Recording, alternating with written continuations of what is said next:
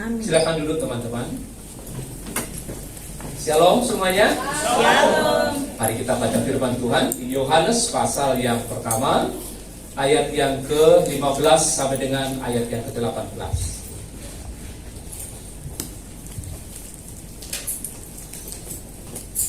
Injil Yohanes pasal yang pertama, ayat yang ke-15 sampai dengan ayat yang ke-18. Atau kita baca dari ayat 14 ya, biar nggak nanggung gitu ya. Sudah ketemu teman-teman? Rupanya di depan. Baiklah, mari kita baca bersama-sama. 1, 2, 3. Firman itu telah menjadi manusia dan diam di antara kita, dan kita telah melihat kemuliaannya, yaitu kemuliaan yang diberikan kepadanya sebagai anak tunggal Bapa, penuh kasih karunia dan kebenaran. Yohanes memberi kesaksian tentang dia dan berseru katanya, inilah dia yang kumaksudkan ketika aku berkata, kemudian daripadaku akan datang dia yang telah mendahului aku, sebab dia telah ada sebelum aku. Karena dari kepenuhannya kita semua telah menerima kasih karunia demi kasih karunia.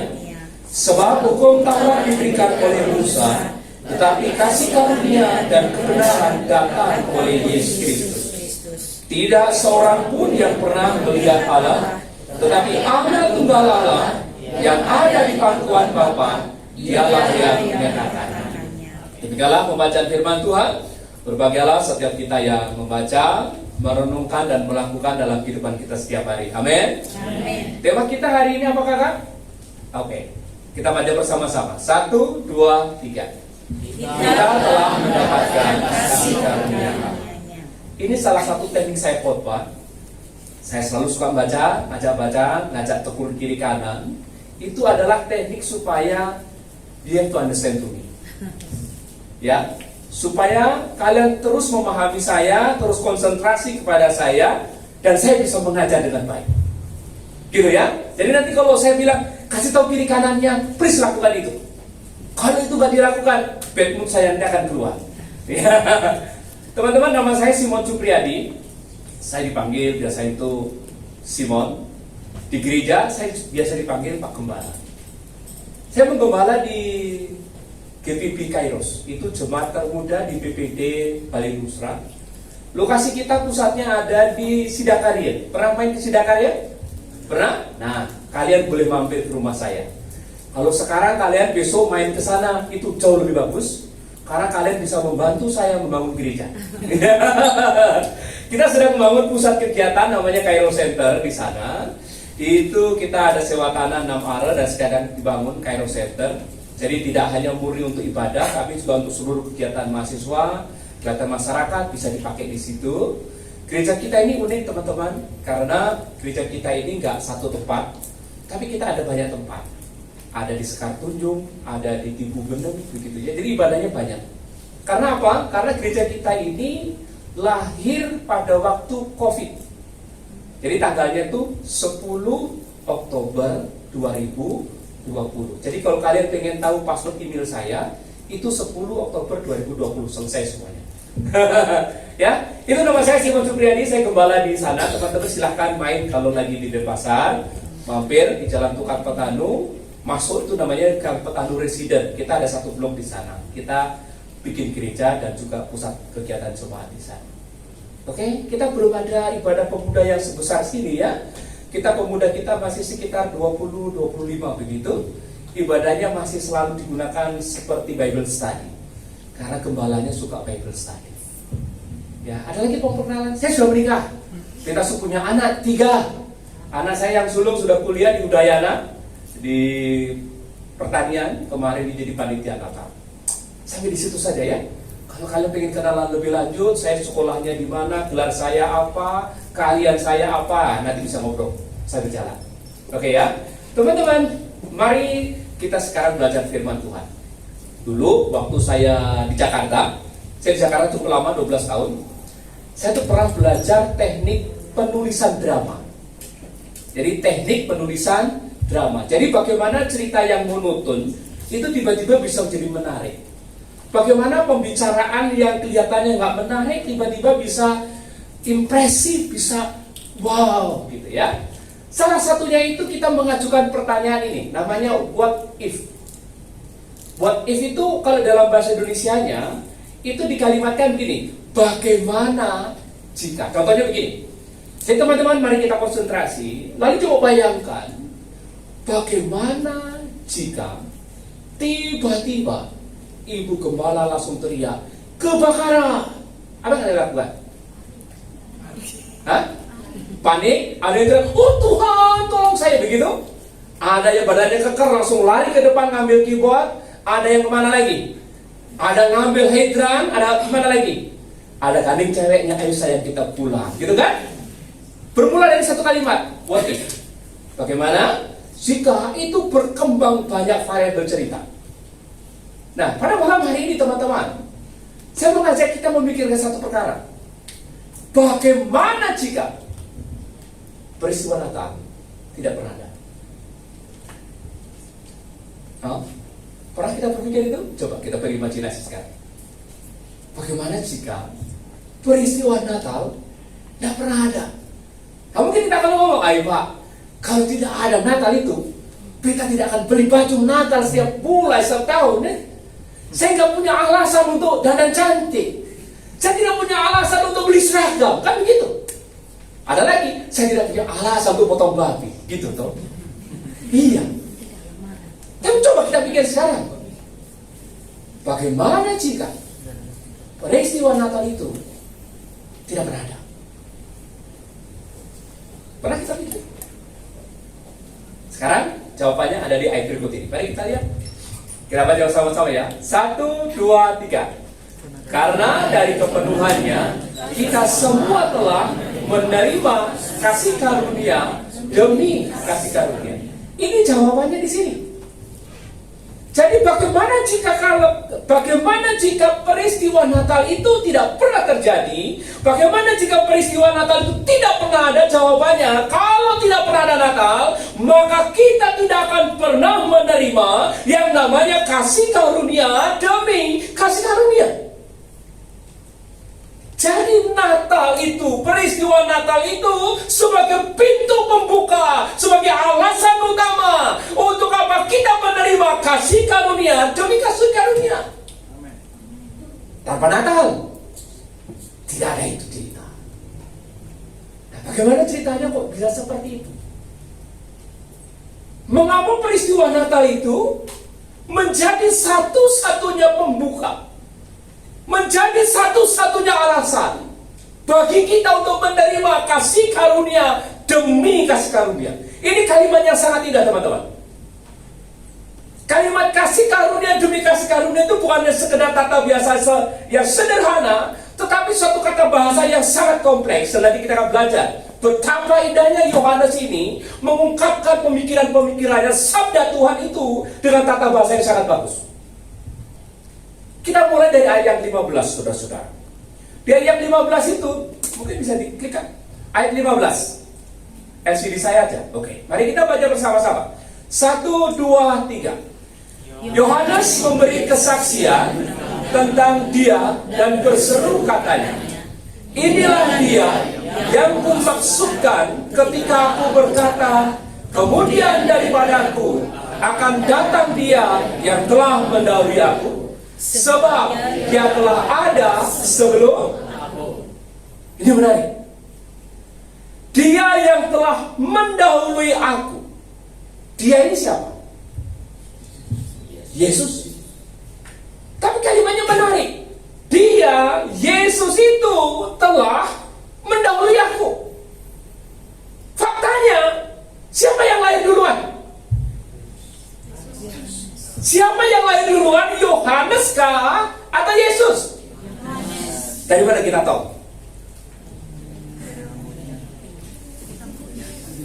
Hah? Ulang. Yang lahir duluan Yohanes atau Yesus? Yohanes ya. Please Yohanes ya, jangan diprotes lagi ya. Karena pada waktu malaikat Tuhan itu datang kepada Maria, Dibilang Elizabeth itu sekarang sedang mengandung Anak. sudah berapa bulan toh? 6. Berarti Yohanes itu sudah lahir duluan 6 bulan lebih cepat daripada Yesus. Tetapi kenapa Yohanes bilang dia yang lebih mendahului? Lihat coba kan, ini penjelasannya. Ini menarik. Nah, ini salah satu kesukaan saya karena mungkin faktor sekolah teologi, saya suka bahasa. Tata bahasa itu saya suka sekali. Jadi pada waktu Yohanes itu mengatakan telah mendahului aku. Itu dalam tata bahasanya telah mendahului itu teman-teman. Itu disebutkan namanya, di situ sudah kelihatan mungkin ya. Namanya personal possessive pronoun. Ditulis dalam bentuk genitif orang pertama tunggal. Apa pentingnya bentuk kata ini untuk menjelaskan ayat ini? Itu menjelaskan bahwa gini saudara-saudara, bentuk ini menyatakan bahwa kepemilikan hubungan yang dekat. Artinya aku yang sedang ngomong ini, aku yang sedang ngomong bahwa dia lebih dahulu daripada aku itu. Aku tidak sekedar ngomong, tetapi aku memiliki hubungan. Hubunganku bukan hubungan yang biasa, tapi hubungan yang dekat. Jadi kalau ada orang bercerita tentang dirimu, yang ngomong tentang dirimu itu tetanggamu, mana yang lebih percaya? Orang ngomongin kamu tentang dirimu tapi tetanggamu, atau orang tuamu yang ngomongkan tentang dirimu? Mana yang lebih valid? Orang tua. Kenapa orang tua lebih valid membicarakan tentang kita?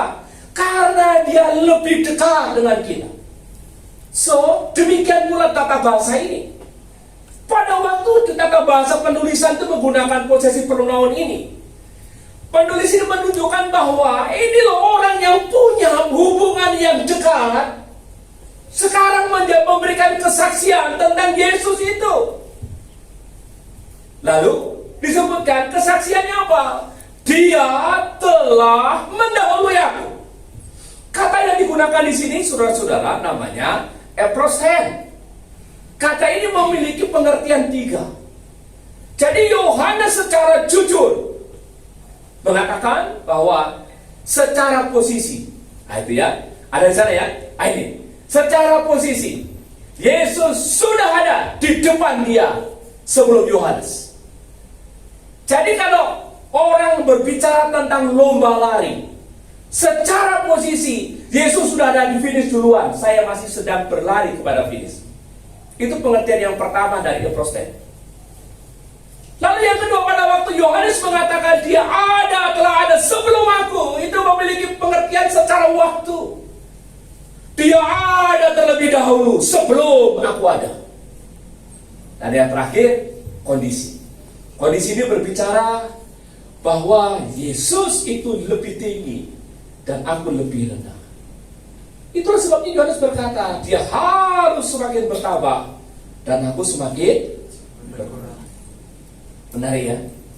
Jadi di balik kata telah mendahului aku, Yohanes menyaksikan dirinya bahwa Yesus yang sedang disampaikan itu, baik secara posisi, baik secara waktu, baik secara kondisi, itu lebih duluan daripada kita.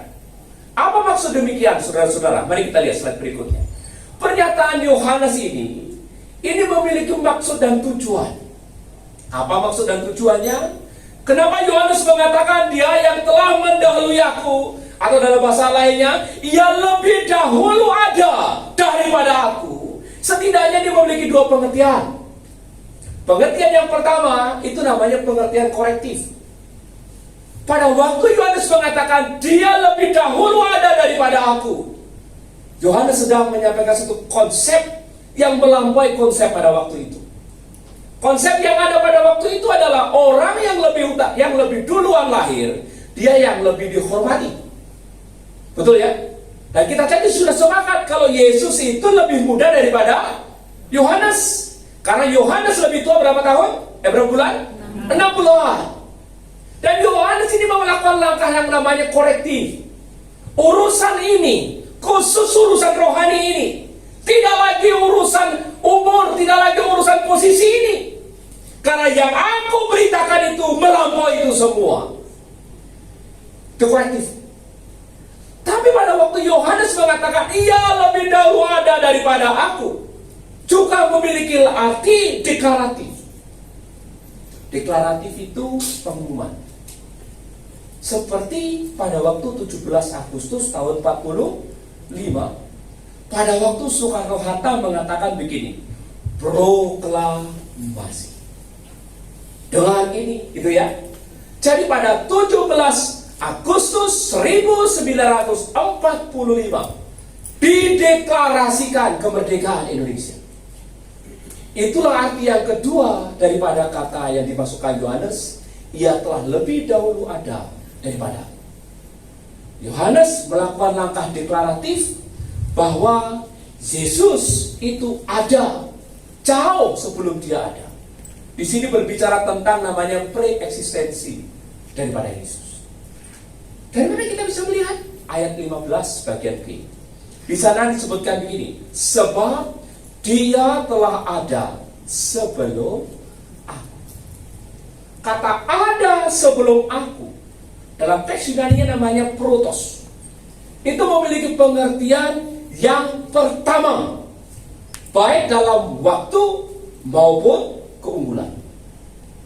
Jadi pada waktu Yohanes mengatakan dia lebih utama daripada aku, Yohanes mengakui sesungguh-sungguhnya bahwa Yesus itu lebih utama, lebih unggul daripada dia.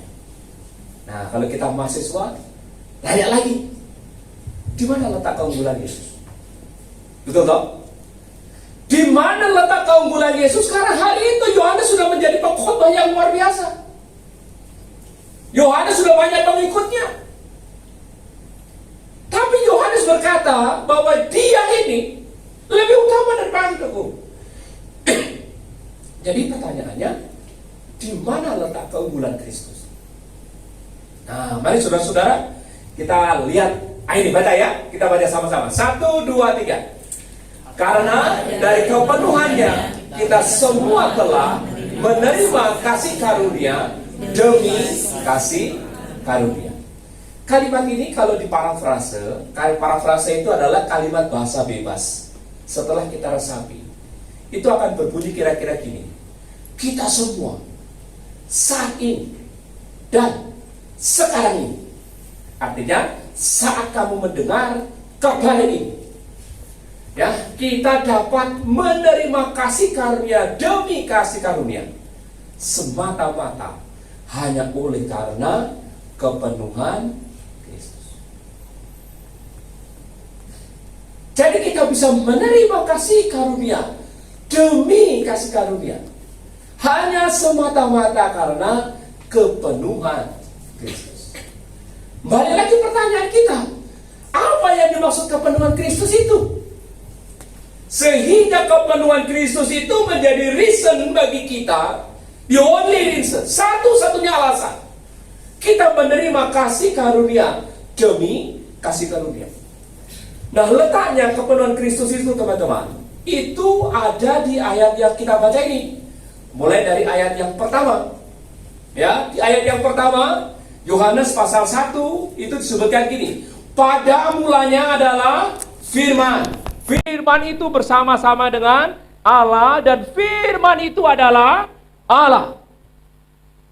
Dan ternyata surah yang pertama, kepenuhan Kristus itu, keutamaan Kristus itu, kalau kita baca Yohanes pasal 1 ayat 1 sampai dengan 5, ternyata yang pertama, Yesus itu adalah Allah. Jadi kalau dia Allah, sempurna nggak dia? Sempurna.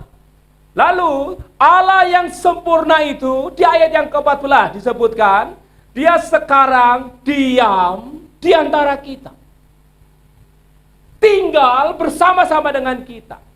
Contohnya kayak begini, sekarang saya posisinya tinggal sama-sama saudara atau tidak?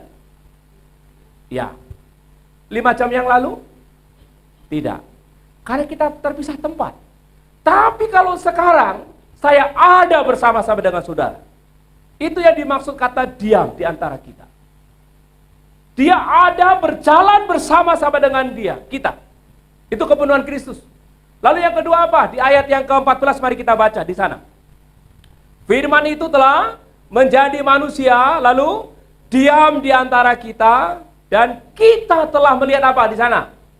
Kemuliaannya. Berarti dia yang tinggal bersama-sama dengan kita adalah pribadi yang bagaimana? Pribadi yang mulia. Kasih tahu kiri kanannya, pribadi yang mulia. Jadi Tuhan yang bersama-sama dengan kita, Tuhan yang diam bersama-sama dengan kita, Tuhan yang menyertai kita, bukanlah Tuhan yang sembarangan, tapi Tuhan yang mulia. Please. Karena Tuhan yang mulia itu yang tinggal bersama-sama dengan kita, please. Jangan ajak nonton yang tidak benar.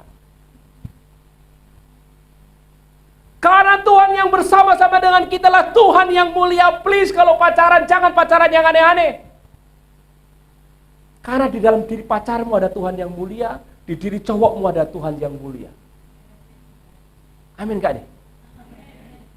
Kasih tahu kiri kanannya, jangan macam-macam. Oh, rasain sudah. Bagaimana teman? Setuju? Karena Tuhan yang tinggal bersama dengan kita disebutkan Tuhan yang mulia. Lalu disebutkan lagi, dia bukan hanya Tuhan yang mulia, tapi Tuhan yang penuh kasih karunia. Penuh kasih karunia itu kalau bahasa gampangnya itu gini teman-teman, dia itu gak gampang marah sama kita. Kalaupun kita salah, nggak langsung dihukum, dihajarlah kita, ini tidak. Di kitab 2 Petrus disebutkan dia itu sengaja sabar kepada kita. Karena dia apa? Dia ingin memberi kesempatan kepada kita untuk berubah. Itulah Tuhan yang menyertai kita. Jadi kalau Tuhan yang menyertai kita, yang berjalan bersama-sama dengan kita adalah Tuhan yang penuh kasih karunia, please kita sebagai anak-anak Tuhan pun jangan gampang marah. Jangan gampang ngamuk. Kita jadwalnya jam 5 sudah gladi bersih, kenapa jam 5:30 belum datang? Waduh. Kan gak ada tadi yang berbicara telat kan? Gak ada toh? Gak ada nggak? Gak ada. Saya tadi berangkat dari rumah itu 4:30. Karena apa? Karena saya datang ke rumah orang tua. Saya nggak boleh datang tepat waktu. Mengerti maksud saya? Kenapa saya bilang orang tua? Karena GBB Kairos itu cucunya GBB Siloam. Kalian harus tahu itu. Jadi GBB Siloam itu punya anak namanya GBB Philadelphia. Kalian pernah dengar itu? Yang di Pamukan. GBB Philadelphia punya anak namanya GBB Kairos tempat kami. Jadi kalau saya ke sini itu pergi ke rumah kakek. Amin. Pergi ke rumah kakeknya. Jadi kalau pergi ke rumah kakeknya, nggak boleh datanya tepat waktu, harus lebih awal. Pulangnya juga harus lebih terakhir. Tujuannya apa? Minta oleh-oleh. Bungkus? Bungkus. Iya loh. Mami saya ini baik sekali. Anakku, kamu sibuk nggak? Enggak, Ma. Hai sini cepat. Mama tunggu. Oh ya, Ma, siap. Saya datang ke sini dari Sidakarya ke Sisret. Udah, habis saya datang, ya Ma ada apa? Ini ada beras 1 karung, Mbak pulang. Oh ya terima kasih, Ma. Puji Tuhan. Tuhan mendengar doaku. Begitu. Namanya sama cucu kan penuh begitu, toh? Iya toh? Itu yang penuh kasih karunia. Jadi Tuhan yang kita sembah, yang diam bersama dengan kita disebutkan penuh dengan kasih karunia. Tetapi di ayat 14 itu ada gambaran yang terakhir. Tuhannya bagaimana? Penuh dengan kebenaran. Terhadap tipu-tipu teman. Tidak suka sandiwara. Tidak suka bohong. Pemuda-pemuda di sini suka bohong tidak? Tidak ya? Kenapa kamu tidak ke gereja? Hah? Jawabannya apa? Coba. Kita tes dulu nih.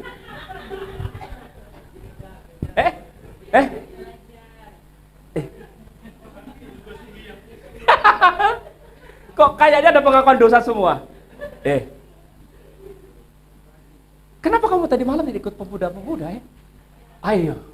kakak, ada itu memang kuliah tambahan katanya. Tapi di story-nya lagi di Renon jalan-jalan. Hah? Ada yang begitu memang di sini. Kasih tahu kiri kanannya bukan kamu kan.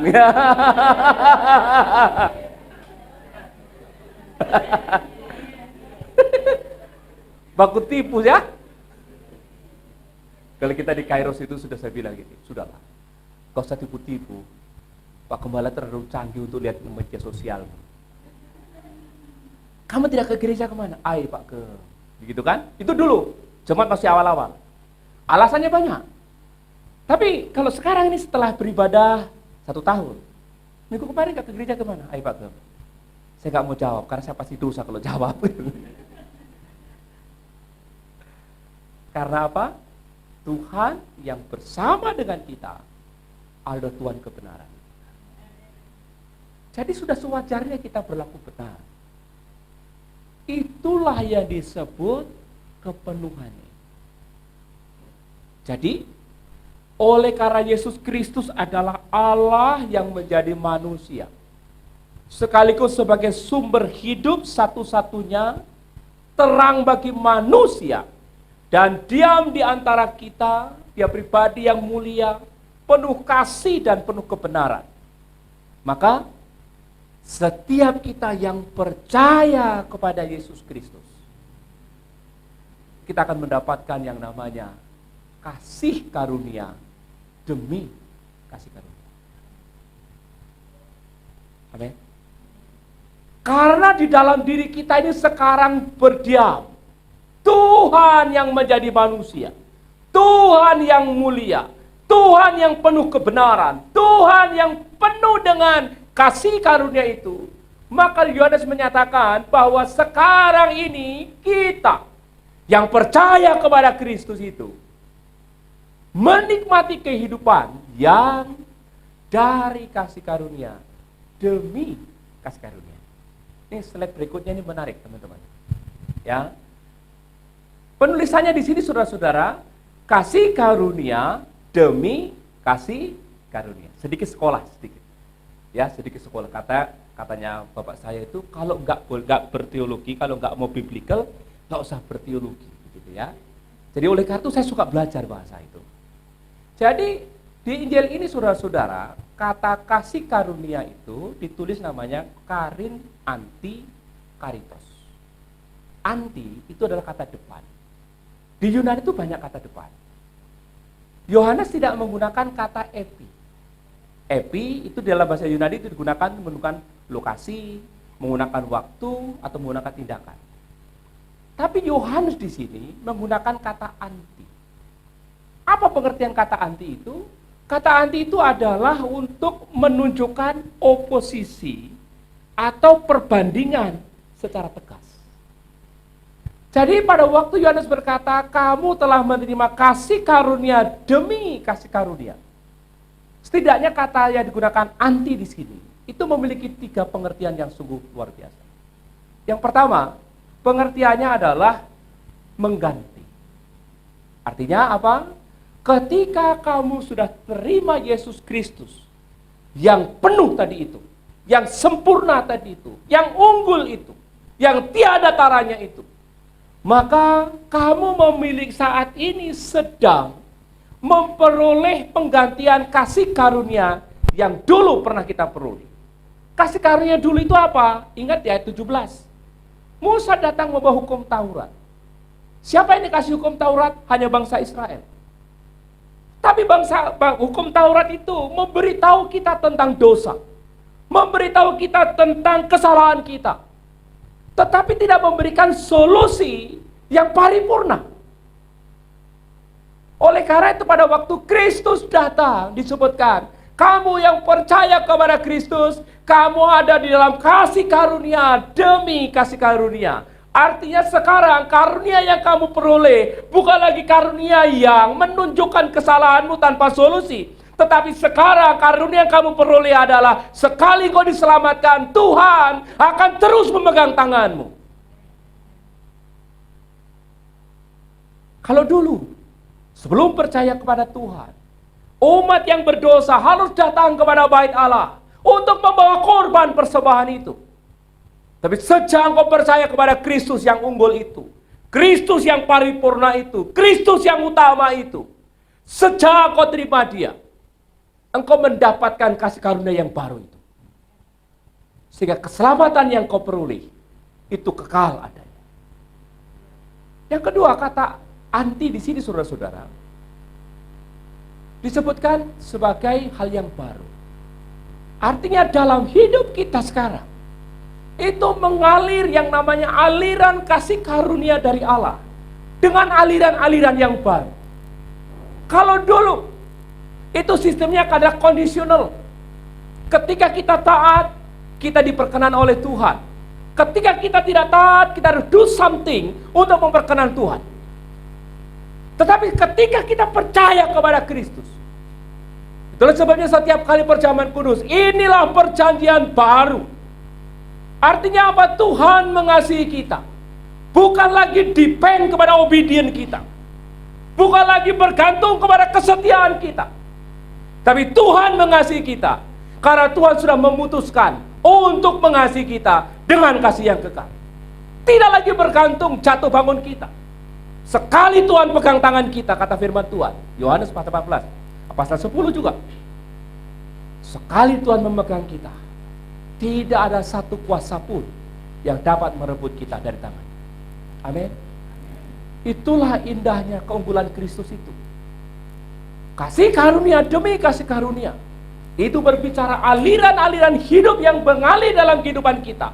Aliran-aliran kasih Allah yang mengalir dalam kehidupan kita adalah aliran-aliran yang baru, yang tidak bergantung dengan kesetiaan kita, tidak bergantung dengan hidup kita, tapi bergantung kepada dirinya yang penuh kasih.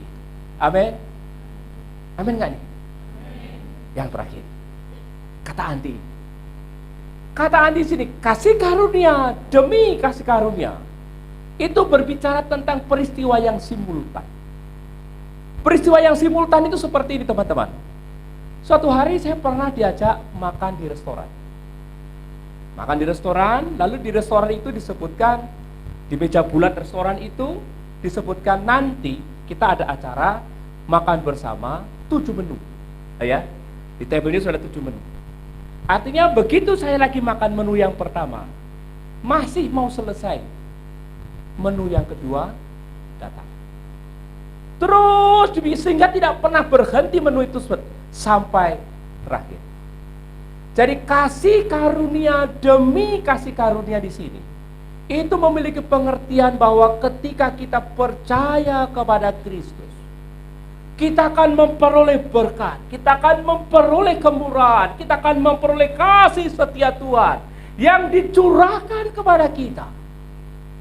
Bukan hanya sedikit-sedikit. 1, 2, 3. Ulang. Sedikit-sedikit. Sedikit-sedikit itu begini teman-teman. Tuhan berkati aku. Nangis lagi.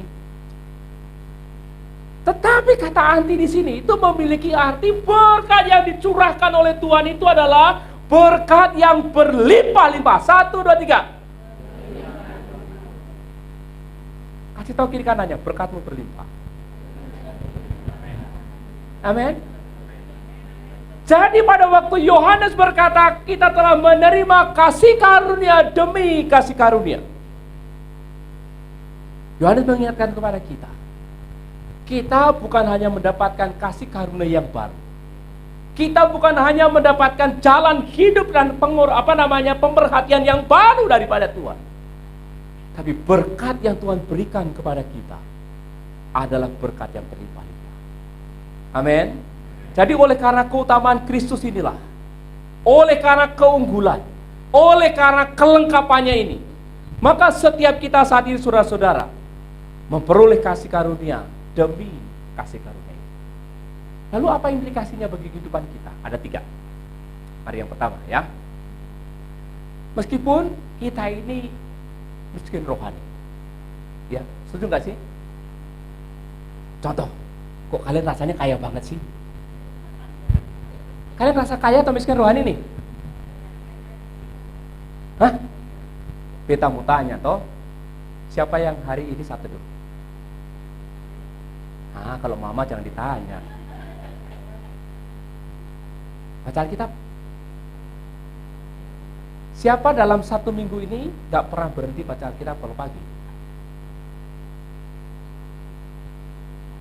Oke, ya Pak Alan pastilah ya. Kalau Pak Alan gak berdua gak baca Alkitab, nanti sama papaku dihentikan nanti. Siapa yang dalam 1 minggu ini gak buat dosa? Hah? Yang khotbah pun berbuat dosa toh? Siapa dalam 1 minggu ini yang masih nyimpan dendam? Siapa dalam 1 minggu ini yang menyimpan kepahitan? Siapa dalam 1 minggu ini yang khawatir? Banyak. Oh, Tuhan, kos-kos aku belum bayar Tuhan. Tuhan, malam ini dia pergi sama siapa? Kok enggak? Gitu ya. Tuhan menona pembelis mahal. Padahal bersukacita itu diperintahkan Tuhan tidak? Tapi kita sukacita enggak? Tuhan memerintahkan kita jangan khawatir, kita khawatir? Itulah yang kita bilang miskin rohani memang. Meskipun kita miskin rohani di hadapan Tuhan, Yesus siap memenuhi kemiskinan kita itu. Yang kita butuhkan, Tuhan, ini Engkau sudah berdiam dalam diriku. Engkau yang mulia itu, Engkau yang penuh kasih karunia itu, Engkau yang benar itu, sekarang ada berjalan bersama dengan aku. Tuhan, hidupku sekarang gelisah, tolong aku Tuhan. Sesimpel itu ya Tuhan. Karena apa? Karena Engkau sudah menerima kasih karunia demi kasih karunia. Berkat yang kau peroleh bukan berkat yang sedikit-sedikit, tetapi berkat yang berlimpah. Jadi pada waktu engkau dalam kondisi yang sulit sekalipun, engkau boleh berseru kepada Tuhan. Bahkan ketika engkau sedang terpuruk dalam dosa sekalipun, engkau boleh berseru kepada Tuhan. Karena Tuhan sekarang mencintaimu dengan cinta yang berlimpah. Amin. Yang kedua itu berbicara tentang begini. Karena hanya Kristus satu-satunya yang utama, hanya satu-satunya yang unggul. Maka kalau kau punya masalah, kau punya pergumulan, kau punya cari solusi, tapi kau cari di luar Kristus, tidak akan pernah ketemu jawaban. Amin. Karena Kristus satu-satunya yang unggul, karena Kristus satu-satunya yang utama, maka kalau kau cari solusi, kalau kau punya masalah cari pertolongan dan kau carinya di luar Yesus, engkau tidak akan pernah menemukan jawaban yang terbaik. Solusinya ketika engkau sudah punya masalah, datang pada Yesus. Amin. Kasih tahu gini, bos, datang pada Yesus, bos. Gitu. Men, ngomongnya jangan keberatan begitu. Ngomongnya penuh wibawa, bos, datang pada Yesus. Perkataan kita jadi berkat gitu loh. Coba, bos.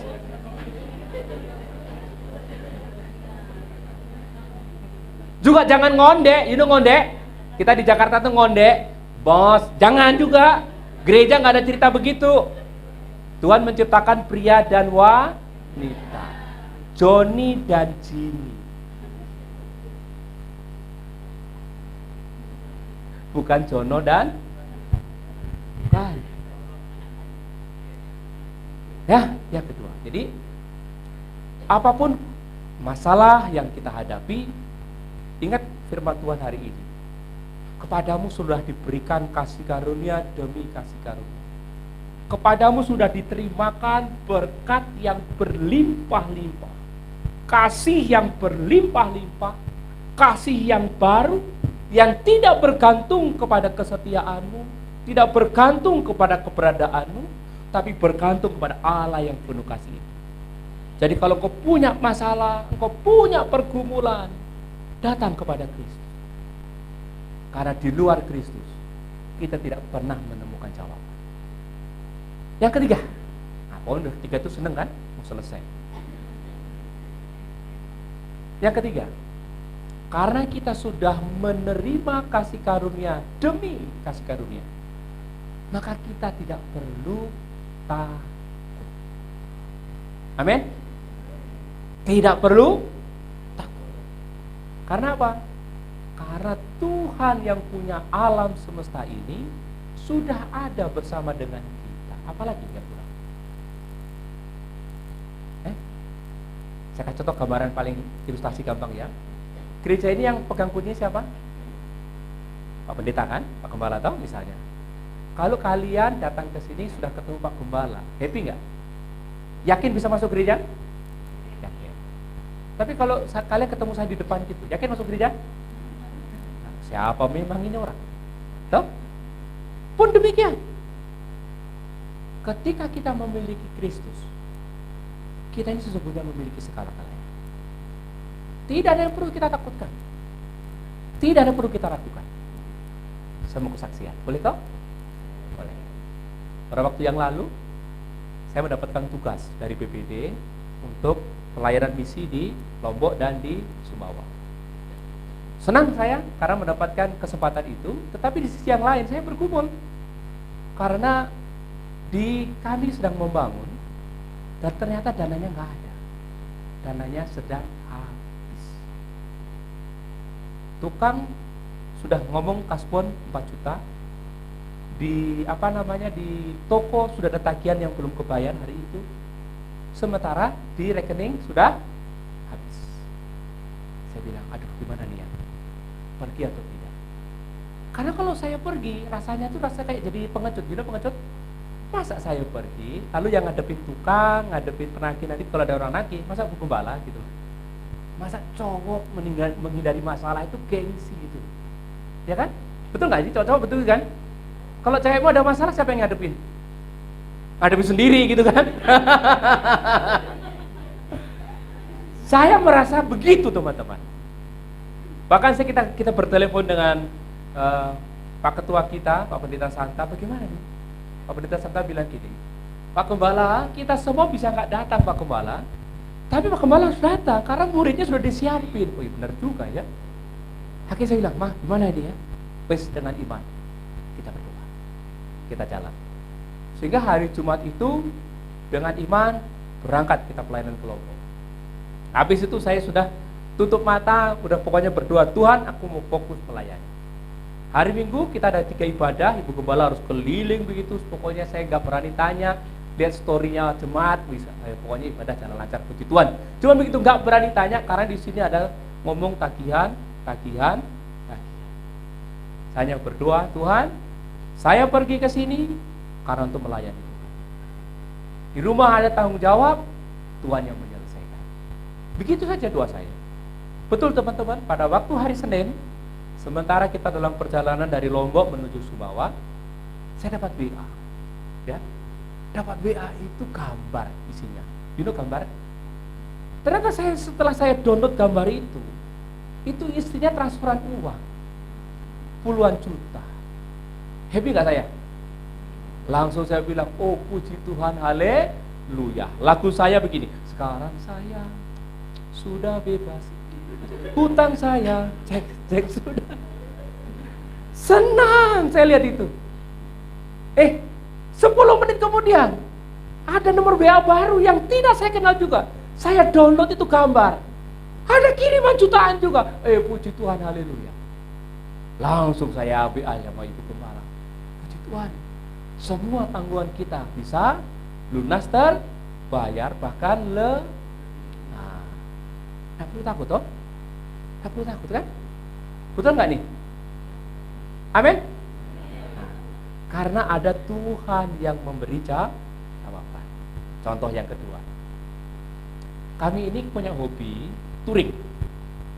Jadi kami itu punya hobi touring berdua sama Ibu Gembala, itu naik motor modal 50.000, bensin 20.000, bakso 15 berdua 30 kan? Itu bisa touring dari jam 8 pagi sampai rumah tuh jam 4 sore. Jadi kalau teman-teman tanya rute saya, Gianyar, Karangasem, Ubud, Kintamani, please tanya sama saya kasih tahu tempat-tempat itu. karena kita hobi touring. Biasanya tuh seminggu sekali hari Senin. Tapi sejak membangun Cairo Center sudah berapa bulan ini, jarang touring. Sampai motor saya tuh saya jual. Karena nggak ada duit. Saya jual, nggak pernah touring. Hingga akhirnya kita pikir begini, ya nanti habis Natal kita touring. Nah, touring berdua, alasannya touring berdua, kita bawa mobil, kita touring ke Jawa. Ya mungkin sampai Jogja, sana tidur semalam, balik lagi ke Bali. Yang penting judulnya touring. Nah, akhirnya kita siapkan budgetnya, budget minimalis, tetapi harapannya idealis. Iya, bagus ya? Ya, budgetnya apa teman-teman? Minimalis, harapannya idealis, maksimalis. Idealis dan maksi. Jadi pokoknya Pak, nanti pokoknya pakai mobil, uang itu untuk bayar tol sama bayar bensin. Nanti kalau kita tidur, rest area solusinya. Ya toh?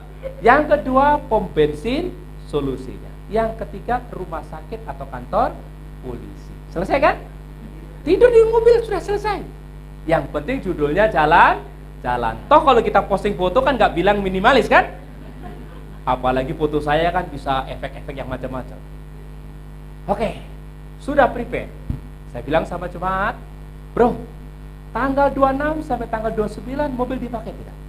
Pak Gembala, saya sudah ada proyek, tanggal itu mobil sudah nganggur, bagus. Kalau gitu aku pakai mobilnya.